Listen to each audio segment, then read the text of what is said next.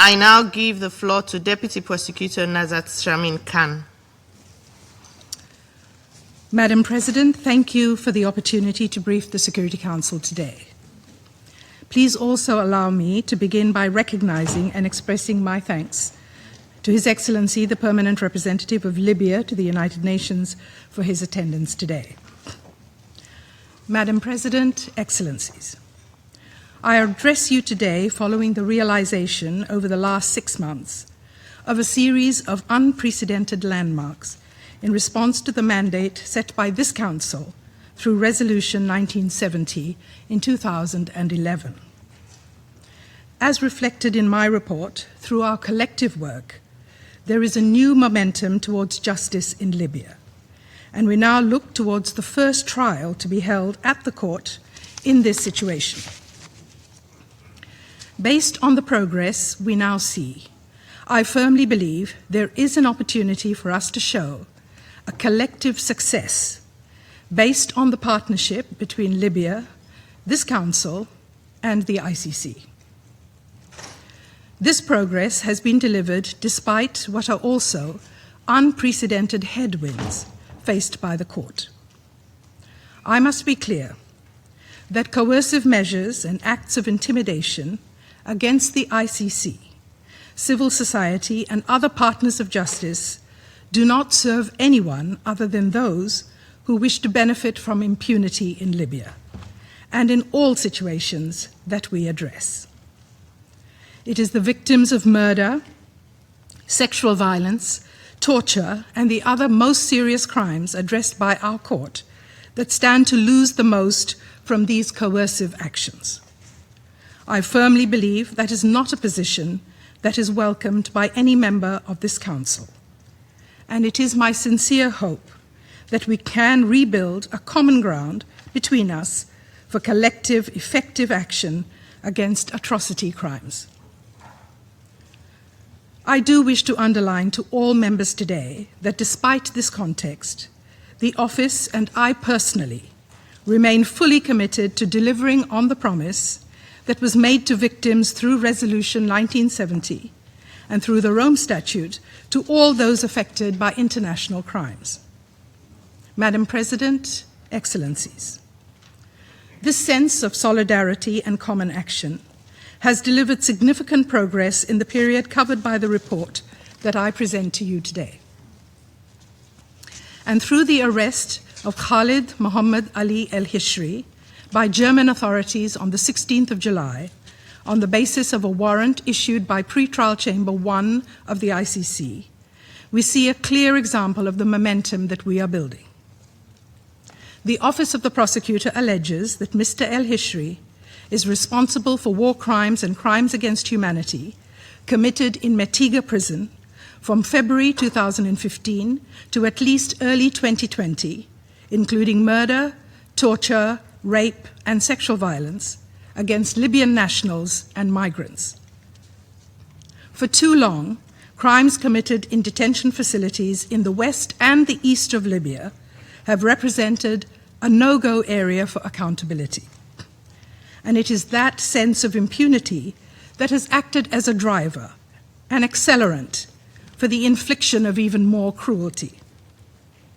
Through the imminent transfer of Mr. El-Hishri to the ICC, based on the mandate provided by this Council, and through the first pre-trial and subsequently trial proceedings before the court in the situation of Libya, we send a clear message. Those responsible for inflicting suffering in Libya are mistaken if they believe they are still outside the reach of justice. Reflecting this momentum, our office also remains clearly focused on securing the arrest and transfer of Mr. Osama El-Masri Najim for trial at the ICC for the war crimes and crimes against humanity that we allege he has committed in Metiga prison. These alleged crimes also include murder, torture, rape, and sexual violence. We have received reports in recent weeks of his possible arrest in Libya, and we are seeking confirmation of this from the Office of the Attorney General. And we are also continuing steps, together with our registry colleagues, to ensure the effective tracking and arrest of Mr. Saif Suleiman Sneidl, in relation to whom Pre-Trial Chamber 1 unsealed an ICC arrest warrant on the 8th of August. We allege Mr. Sneidl to be responsible for war crimes when serving as an officer of Group 50 in the Al-Saika Brigade and participating in an operation launched by the so-called Libyan National Army in Benghazi, known as Operation Dignity, in May 2014. In issuing the arrest warrant in November 2020, the Chamber found reasonable grounds to believe that Mr. Sneidl participated in 3 mass executions in which a total of 23 people were murdered. I call on all relevant authorities, and in particular those in eastern Libya, to secure the arrest and transfer of this individual to the ICC. It is also essential, Madam President, that we ensure those subject to existing arrest warrants for the horrors committed in Tahuna, whether they are located in Libya or in third states, are arrested and brought to justice. The scale of atrocities committed demand our collective action. Madam President, Excellencies, collectively, these actions, the additional warrants, the arrests, and the anticipated trials before the ICC, are proof that through our common work, we can end an era of impunity in Libya. This will remain our absolute central focus in the coming period. And these new possibilities for accountability are not just reflected in the concrete steps I have outlined.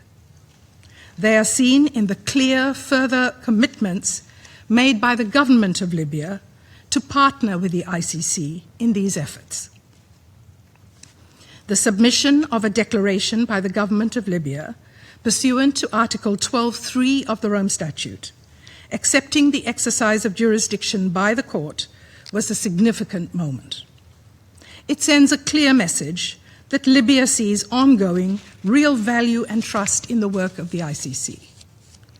And this is not just a commitment that we have seen on paper. It has been reflected in real enhanced cooperation received from Libyan authorities in this reporting period. I wish to express thanks in particular to their excellencies, Prime Minister Dbeibeh and President Al-Menfi, for the support of their officers, and would like to welcome the Attorney General of Libya to deepen his engagement in this common cause. In that regard, I note that last week the Attorney General was in contact with my office to request an in-person meeting. I welcome that approach, and I look forward to engaging with him further in the near future. Madam President, Excellencies, reflecting this renewed dynamic, Libyan authorities have also made clear to the office that they see significant value in ensuring a comprehensive conclusion to existing lines of inquiry as outlined in the 2022 situation strategy. Through this renewed posture, we see an alignment of messages from Libyan national partners and civil society organizations as to their hopes for a full realization of the strategy outlined originally by the office in its 23rd report. In this new landscape, and also taking into account the significant work stemming from the impending first trial in the Libya situation, the office has conducted a further assessment of the opportunities and consequent timeframe for the effective implementation of its 2022 strategy in fulfillment of the mandate set by this Council. I can therefore confirm to the Council today that on the basis of that review, and while reaffirming its commitment to move promptly to the conclusion of the investigation phase in this situation, the Office has renewed the core landmarks it will seek to achieve in reaching this completion stage. As a result, the Office will continue its investigations beyond May 2026 and will report promptly to the Council upon completion of each of the 3 lines of inquiry that remain in active investigation phase. Madam President, Excellencies, Amidst this renewed sense of dynamism and common action, it is important to recall from where the Court derives its strength and focus. That is, our work with victims, with those affected by Rome Statute crimes. In the last period, this spirit of partnership has also been seen in our work with civil society actors. On the 8th of October 2025, I was grateful for the opportunity to hold a further periodic meeting with more than 30 civil society organizations and human rights activists in relation to the situation in Libya. The Libya Unified Team has also held over 150 interactions and engagements with more than 54 CSOs, human rights defenders, and victims organizations over the last 6 months. The messages we received from them were consistent. They are encouraged by the recent arrest. They see other tangible progress, and they believe that these actions can have a deterrent effect on perpetrators in Libya as we speak. I can feel a genuine increased trust and confidence in our work from victims and from civil society. But in our meetings, they are also clear. To have lasting impact, we must retain our focus and ensure that these positive steps result in real justice, in a way that properly addresses key areas of impunity in Libya. I underline to them that we are united in this view, and we will continue to rely on their partnership as we take this work forward. Let me take this opportunity to express my personal gratitude to both Libyan and international civil society organizations for their strong voice for victims and for their essential support to the ICC in our common work to end impunity in Libya. Madam President, Excellencies, finally, I wish to emphasize the crucial role that cooperation with other national partners has played in this reporting period, in particular with respect to crimes committed against migrants. Our work in the joint team, together with domestic law enforcement agencies of 5 state parties, has in particular actively contributed to our investigations in this area. And again here, we see concrete results delivered through our work together.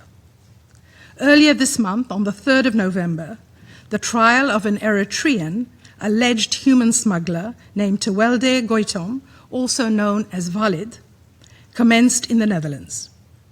He faces charges that include extortion, smuggling of migrants, and membership in a criminal organization for his role in a large international human smuggling network, including operations in Libya. Our office was pleased to attend court for the closing submissions by the prosecution last week. A second Eritrean alleged human smuggler, who also operated from within this network in Libya, is expected to be extradited from the United Arab Emirates to the Netherlands by the end of the year to face domestic trial proceedings, again based on the work of this joint team. I wish to extend my sincere thanks to all national authorities that have provided their support and collaboration in the recent period. It is my hope that as we see the real accountability returns on this investment, more states and national authorities will join this collective effort. Madam President, Excellencies, based on our common work, based on the mandate and the support of this Council, there is now a brighter future for justice in Libya. We can clearly see in our activities an increased alignment of cause across actors, from Libyan national authorities to civil society partners and to our colleagues from other states that wish to support accountability for international crimes. Looking at what has been achieved in the recent period, we can allow ourselves a tentative hope that a page is being turned, a clearer space being created for good actors in Libya, and ultimately that the foundations for lasting peace and stability for the Libyan people are being strengthened. This hope is real, but it is also fragile. I welcome the partnership of all members of this Council in our continued efforts towards this goal. and also urge, on behalf of victims, that measures seeking to frustrate this work are seized. Our cause is a common one, which we will continue together in the months ahead. I can assure all members that the Office of the Prosecutor and I personally remain fully committed in our efforts to deliver for the victims of Rome Statute crimes in Libya in line with the mandate that you have provided us. I thank you. I thank Deputy Prosecutor Khan for her briefing.